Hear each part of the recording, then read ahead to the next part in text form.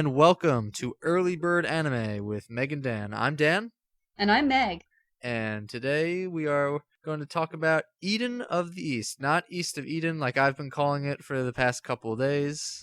So let us get our Ramblepants on. Meg, would you care to take the background duties of Eden of the East? Yeah, of course. So, Eden of the East, the Japanese title is Higashi no Eden.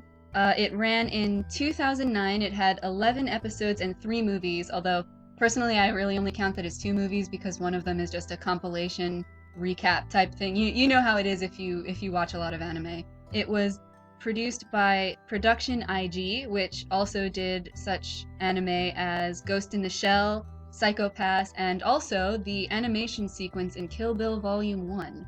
What scene are you talking about specifically? Because I couldn't remember what you're... That's the scene where it goes into the background of Lucy Liu's character. Oh, okay. Yeah. Okay. It was licensed by Funimation in 2010, and if you have a membership to their site, it appears to be streaming there. It had pretty good reception. It got a 7.8 out of 10 on IMDb, and it won the 2009 Animation Kobe Award for television. So, Daniel, do you want to give a quick summary of what the plot is about? I'd be delighted. During a trip to Washington, D.C., a girl named Saki Morimi befriends a gun-wielding and apparently challenged man who has seemed to have erased his memory. He goes by the name of Akiri Takizawa and discovers that he is one of 12 people in, I guess, the entire world, or maybe just Japan, charged with the duty of making Japan a better place. Before he erased his mind, he was given a special cell phone that had 10 billion yen on it, which I guess in American dollars is like $7 and some change. And connection to a concierge, so he can call up the concierge and say, for example, Juiz, her name's Juiz, Juiz, I want a sports car. She'll say, all right, I got it. And then she'll take care of everything, and the money will be subtracted from And his 10 phone. seconds later, a sports car will roll up to wherever you are. Exactly. So he has this phone, even though he can't remember exactly what his goal was, other than he was supposed to be saving Japan. So together, Morimi and Takizawa deal with the pressures of Japan's working world, the responsibilities one have in their community, the kind of things they should be doing to better the future, and overall happiness.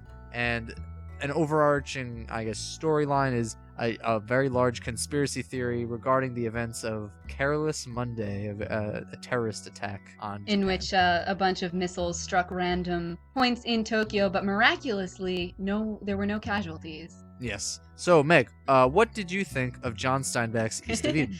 Well, I haven't actually read that, but Eden of the East, I enjoyed it. It had a really fun first episode where you have Takizawa Akira, who's one of the main characters, just kind of show up completely naked with a cell phone and a gun.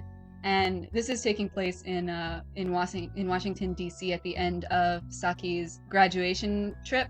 And he kind of helps her out of a tight spot because she was throwing coins at the fountain of the White House, and the Secret Service does not like that. No, I have a family friend of mine. He recently just retired from the Secret Service, but he was in the Secret Service since the 80s, and he's had to deal with some pretty crazy events. And I don't know if they wouldn't immediately have tackled her if she threw coins at the White House, but I do think that they definitely would have shot Takizawa on sight.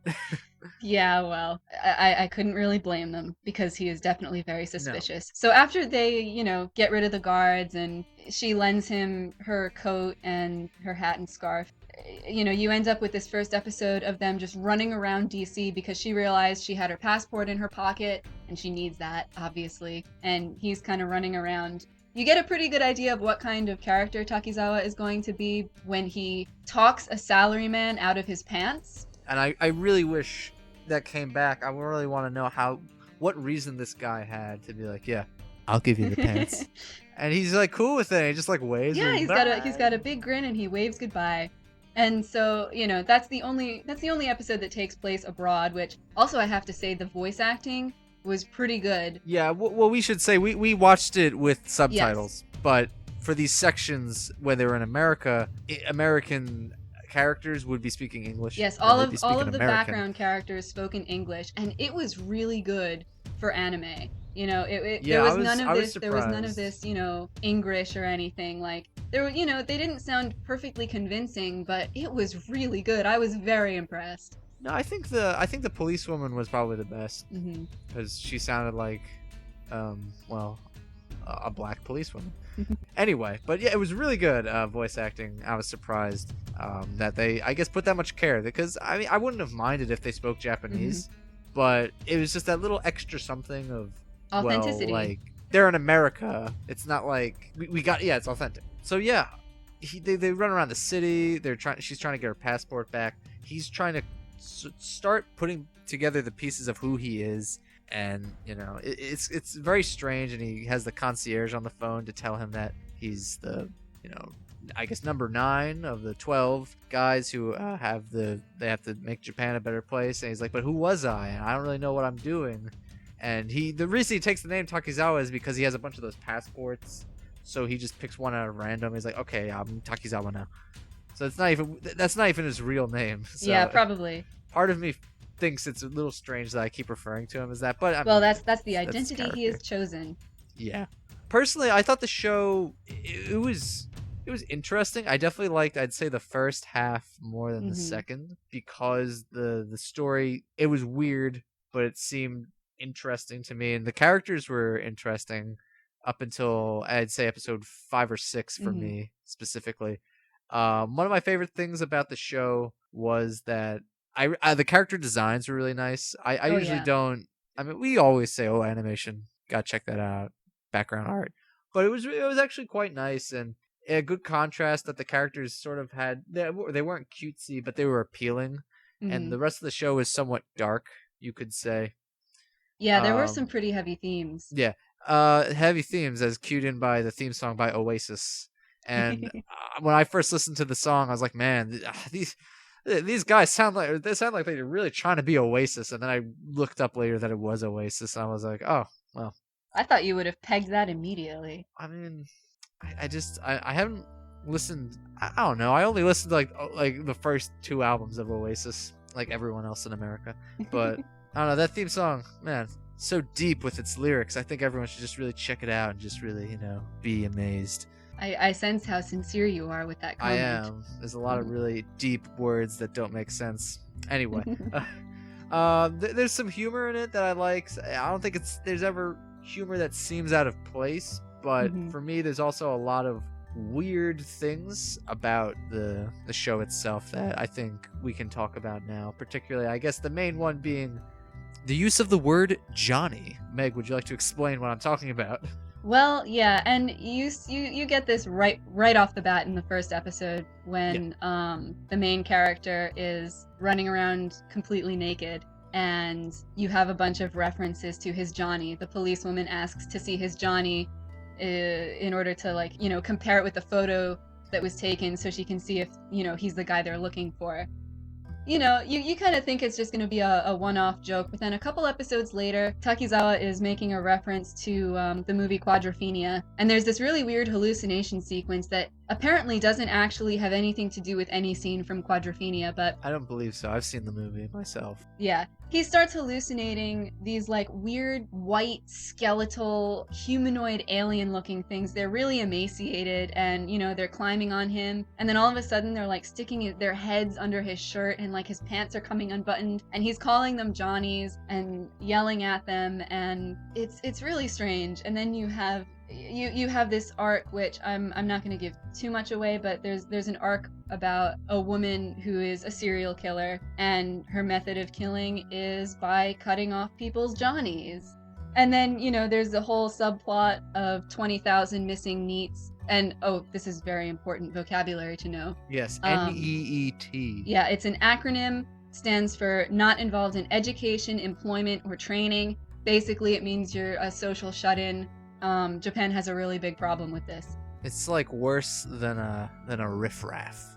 Every time these 20,000 missing NEETs are shown, they're all naked men. Yeah.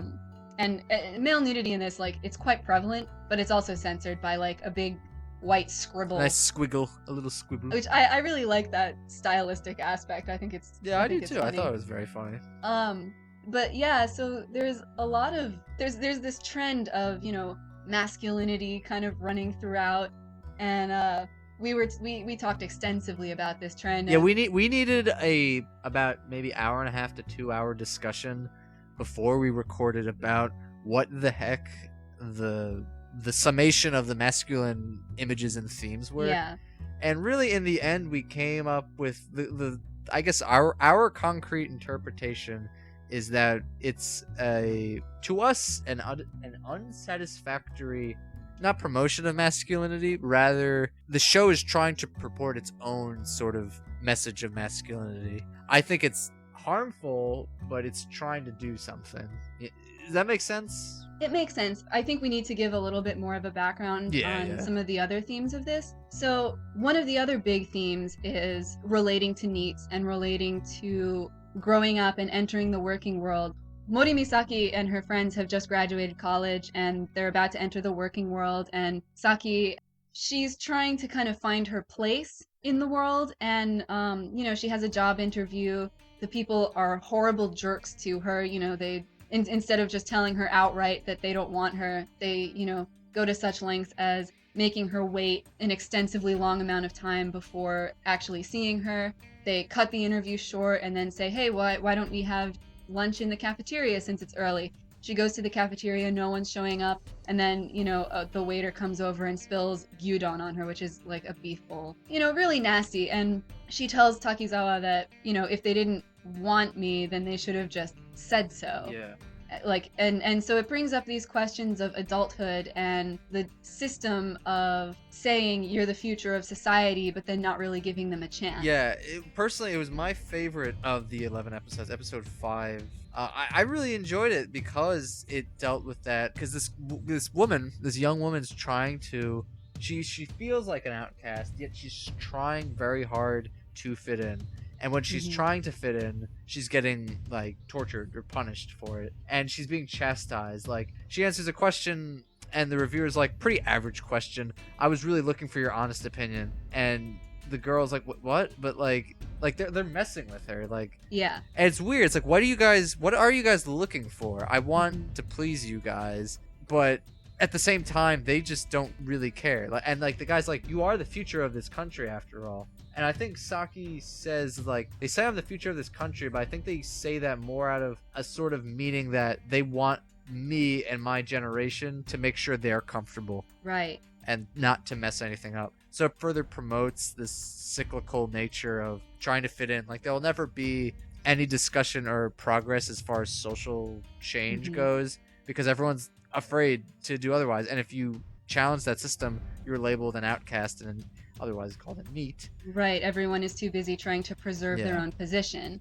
Exactly. And the NEETs themselves sort of have their own issues, which I don't know. Now, I have to ask you, because is it more of an issue of the show or an issue of them portraying the NEETs, do you think, with the NEETs issues? What do you mean? For example, like how in one of Saki's friends, Hirasawa, he considers himself to be a NEET, and he's like, I want to start my own company, and he has his friends with him to help him out, and he really doesn't really do anything. Right. And he's the leader, and he gets everyone together, but we don't see him doing actual work. He's more of the order barker, and it's also revealed that he postponed his graduation, and his family's actually quite rich, so he could be doing all these things, but is choosing not to. Yeah, and there was also a comment principle. made that he was offered and turned down a bunch of job opportunities before Exactly. then as well. So he is branding himself as something that he's not, or he's embracing it rather. Is that more of an issue of like the show not making sense, or how this character's own faults just showing through, do you think? Well, personally, I think that Hirasawa is kind of a whiny jerk to begin with. But a NEET isn't necessarily a NEET because they can't work. I think, at least from what I know of, this as a social issue, a lot of it, I think, stems from trying to avoid a society that places so much importance on working and, as part of the culture. And, you have the people who die because they work overtime. A lot of people trying to reject that culture. In Hirasawa's case, he's calling himself a NEET, but then he's going and saying, I'm going to start my own company. And I'm sitting Yeah, there I was like, just gonna say then you're that. not a NEET, you know? Yeah, like he wants to work is the thing, and the program or the thing he wants to do is he wants to start this company, and its first project is this program called the Eden of the East, where you are able to put your phone up to someone. Is it from the campus? Is that what it's limited to? That they live on or I work think around? I think it started out as college identification. It might grow, but the thing is, it's like you take your phone.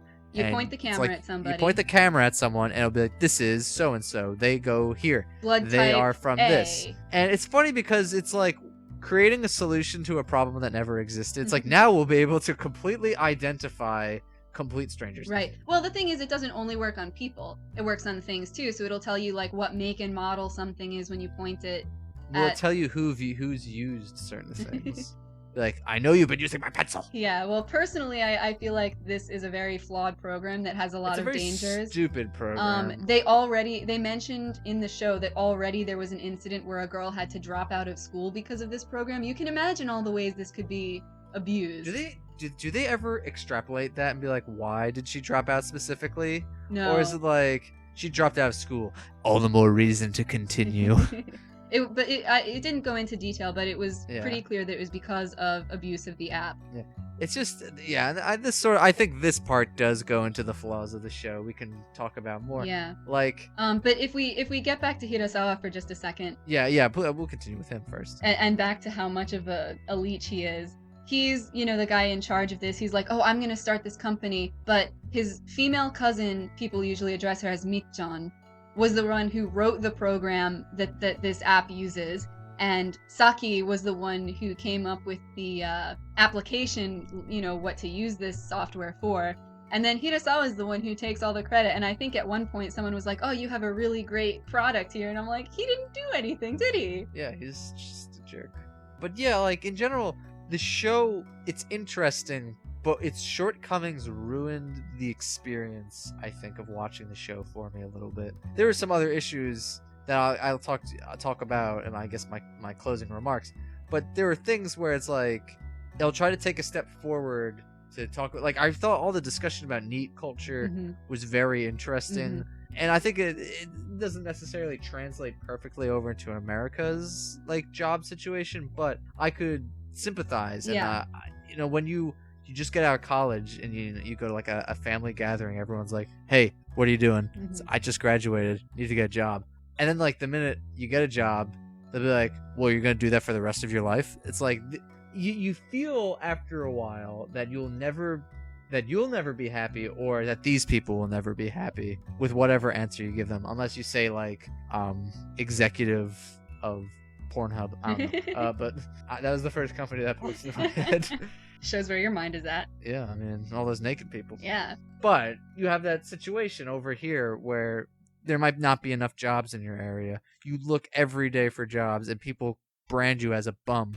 Or even over here, we don't have NEETs. We have everyone says, "Oh, the millennials." The millennials don't know how good they have it. It's like, yeah, maybe I don't know how good I have it, pop, but I'm sorry that we didn't have a massive depression that left us penniless. Yeah. I guess I'll never truly experience the hardships that you felt. Yeah, and here too, you have the whole need experience to get experience conundrum. Need a job to get money, but need money to get a job. Yeah. That kind of thing. So I think that's definitely very identifiable. I found it very interesting, but at the same time, certain things in the show, like the hypocrisy of Hirasawa, and that's something that wasn't like an intentional hypocrisy, I think. Right. I would say it was more of a shortcoming of maybe the writers. They forgot to maybe check everything out. Or how Morimi, who is a really interesting character, and she's the one who talks about, like, they want me to be an adult, yet they're the ones acting like kids in that job episode.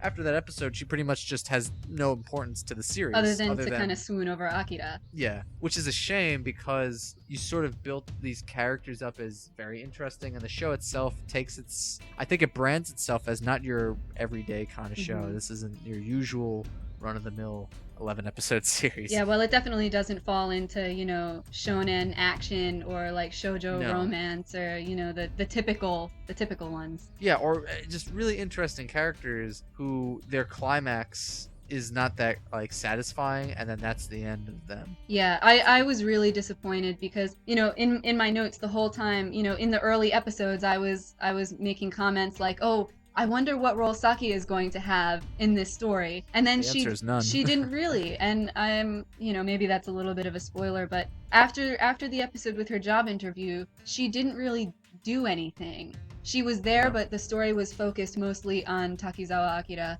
And that's not Yeah. necessarily a bad thing. His story was definitely the one that had more action. But Yeah. I really wish that she had been allowed to have more of a part because she was introduced as one of the main characters. Yeah. And you know what? I'm trying to think now because there are situations in movies or television where you'll have a character Mhm. who is sort of a main character. Saki was a main character, so this is different in a way. But you have these characters who share at least equal screen time, Mhm.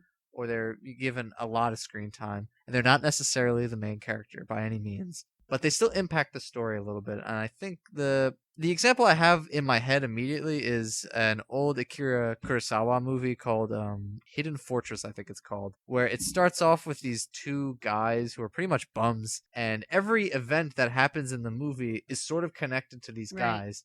They're not the main characters. They find themselves bumbling in the ways. Like they accidentally find themselves being in the service of like this woman who turns out to be secretly like a princess. Mhm. So they act as her servants, but the movie's about her and her bodyguard. Mhm. And then the movie will come back to them and they'll do something and it will transition to the next thing. Like they still impact the story, not just narrative wise, but the actions they do also impact what other characters do. Right.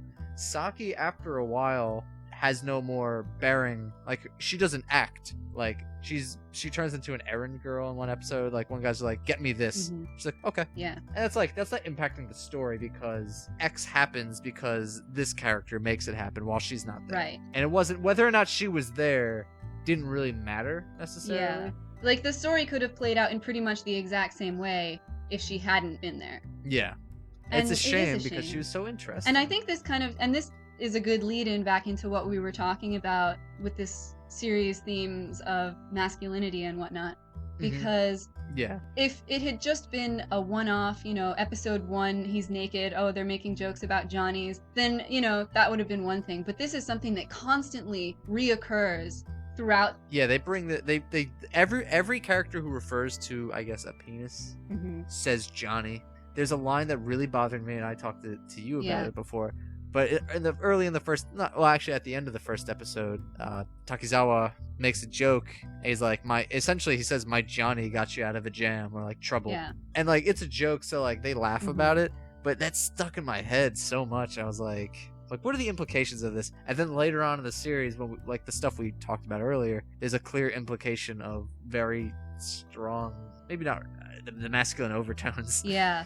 And we were thinking about what this means in terms of the series as a whole and how it relates to the themes. And I think the conclusion that we ultimately came to was that it ties in a lot with the whole thing about the NEET. And in Japanese society, your masculinity is really connected to working.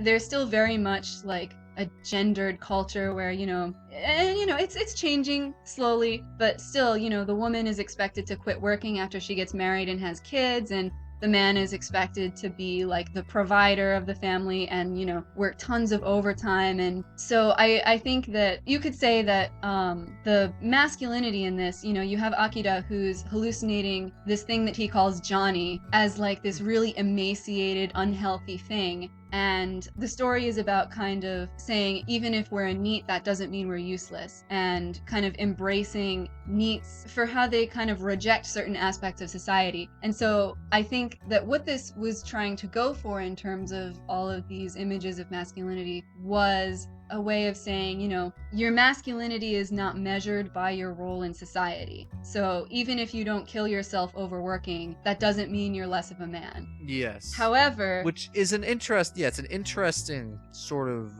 message that we came up with our interpretation of. But there are also snags in that overall message, if that is the message. For example, this only pertains to masculinity in the show. What about femininity or even just the purpose of anybody Right. in a society. And we talked about how this theme kind of ends up usurping everything. Takizawa's role Yeah. in the story completely usurps Saki's role in the story. She doesn't really have any relevance after the bit with her job interview. The other female characters get their work kind of usurped, so Michon and Saki both have the things that they contributed to this Eden of the East program kind of usurped by Hirasawa, and people give him credit for it. Yeah. And it's never really discussed like, hey, don't you think you should share the credit? Like, it's not like a fault of the character or that. It's sort of like the show's like, well, he did it. It's like, no, he didn't. Or how far that Takizawa's gotten in his goals. Although he does accomplish a lot by himself because he has the phone. But you could also say who's on the other end of the phone. Juice, who you don't ever see, but she has a very, I think it's safe She's to voiced say, by a woman. womanly voice. And she is voiced by a woman. You can look that up in the credits. Overall, the show, I didn't think it was bad. I thought it was all right, but it was hard for me to really get into. Maybe because I had no clue what the show was about. I was busy when I was trying to watch it, so it was hard to find time.